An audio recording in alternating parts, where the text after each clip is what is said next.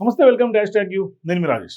తెలంగాణ రాజకీయాల్లో ఎప్పుడు ఎలాంటి పరిణామం చోటు చేసుకుంటున్నదో మాత్రం వాస్తవానికి ఊహకు అందనటువంటి విధంగా మారిందంటంలో ఎటువంటి సంశయం లేదు. అంటే వాస్తవానికి మొన్నటిదాకా ఆపరేషన్ ఆకర్షక్ కాంగ్రెస్ తెరదీసింది, ఇవాళ ఆపరేషన్ వికర్ష అవుతోంది. ఇట్లా అనేక పరిణామాలు చోటు చేసుకుంటున్నాయి. అంటే ఎందుకంటే ప్రత్యేక తెలంగాణ రాష్ట్రంలో 2 సార్లు అధికారం దక్కించుకున్నటువంటి బీఆర్ఎస్ పార్టీ 2023 అసెంబ్లీ ఎన్నికల్లో మాత్రం ప్రతిపక్షంతో సరిపెట్టుకోవాల్సినటువంటి పరిస్థితి వచ్చింది. ఈ క్రమంలోనే కనుమరుగవుతుందని అనుకున్నటువంటి కాంగ్రెస్ పార్టీ అధికారంలోకి వచ్చింది. కాంగ్రెస్ అధికారంలోకి వచ్చిన తర్వాత ఇక తెలంగాణ రాజకీయ సమీకరణలు కూడా ఒక్కసారిగా మారుతూ వస్తున్నాయి. ఒకప్పుడు అధికారంలో ఉన్నటువంటి సమయంలో కేసీఆర్ ఎలా అయితే ఆపరేషన్ ఆకర్ష్ పేరుతో ఎంతోమంది కాంగ్రెస్ పార్టీ ఎమ్మెల్యేలను కారెక్కించుకున్నారు. ఇప్పుడు అదే రీతిలో ఇప్పుడు బీఆర్ఎస్ ఎమ్మెల్యేలను కూడా కాంగ్రెస్ తమ గుట్టికి చేర్చుకుంటుంది ఓవైపు. ఇట్లాంటి సందర్భాల్లో ఆపరేషన్ వికర్ష్ ఉన్నప్పటికీ కూడా ఇంకా చాలామంది నాయకులు కాంగ్రెస్లో చేరేందుకు సుముఖత చూపుతున్నారు. మరోవైపు ఖచ్చితంగా కొంత ఆయనకంటూ ఒక ప్రత్యేకమైనటువంటి శైలి ఉన్నటువంటి మల్లారెడ్డి కూడా కొంత కాంగ్రెస్ పార్టీలో వచ్చేందుకు కొంత గతంలో ప్రయత్నాలు చేశారు, కానీ వాస్తవానికి అప్పుడు అవ్వలేదు.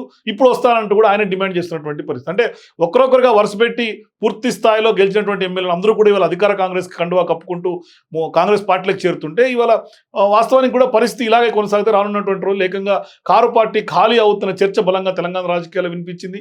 మరో పార్టీ విలీనం చేయడం తప్ప కేసీఆర్కు కొంత ఏమీ ఆప్షన్ లేదు అన్నట్టుగానే పెద్ద ఎత్తున చర్చలు జరిగినాయి. ఇలా బీఆర్ఎస్ పార్టీ నుంచి ఇప్పటివరకు 10 మంది ఎమ్మెల్యేలు కాంగ్రెస్ పార్టీలో జాయిన్ అయినటువంటి పరిస్థితి. ఇలా కాంగ్రెస్లో చేరుతున్నటువంటి సంఖ్య రోజు రోజుకి పెరుగుతోంది.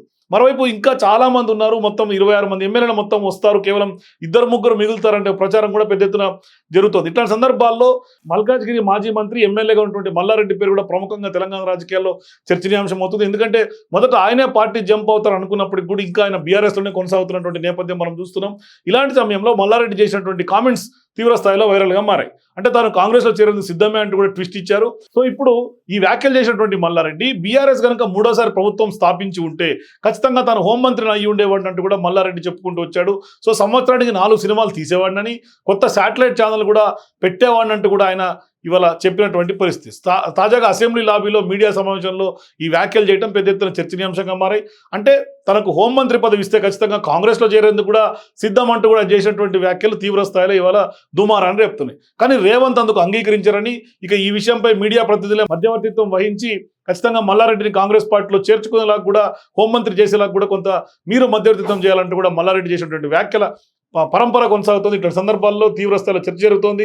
మరి రేవంత్ రెడ్డి మల్లారెడ్డిని కాంగ్రెస్ పార్టీ రాకుండా అడ్డుకుంటున్నటువంటి సందర్భంగా ఇప్పుడు ఏకంగా ఈయన హోంమంత్రిని చేస్తేనే ఖచ్చితంగా కాంగ్రెస్లోకి వస్తానంటూ చెప్పినటువంటి వ్యాఖ్యలు పెద్ద ఎత్తున కలకలం రేపుతున్నాయి. మరి మల్లారెడ్డి కాంగ్రెస్ పార్టీలోకి వచ్చేందుకు సుముఖత వ్యక్తం చేసినటువంటి నేపథ్యంలో మరి రేవంత్ రెడ్డి హోంమంత్రి పదవి ఇచ్చేందుకు సిద్ధమా కాదా? మీ అభిప్రాయాన్ని కామెంట్ రూపంలో తెలియజేయండి. For more videos please watch hash tag.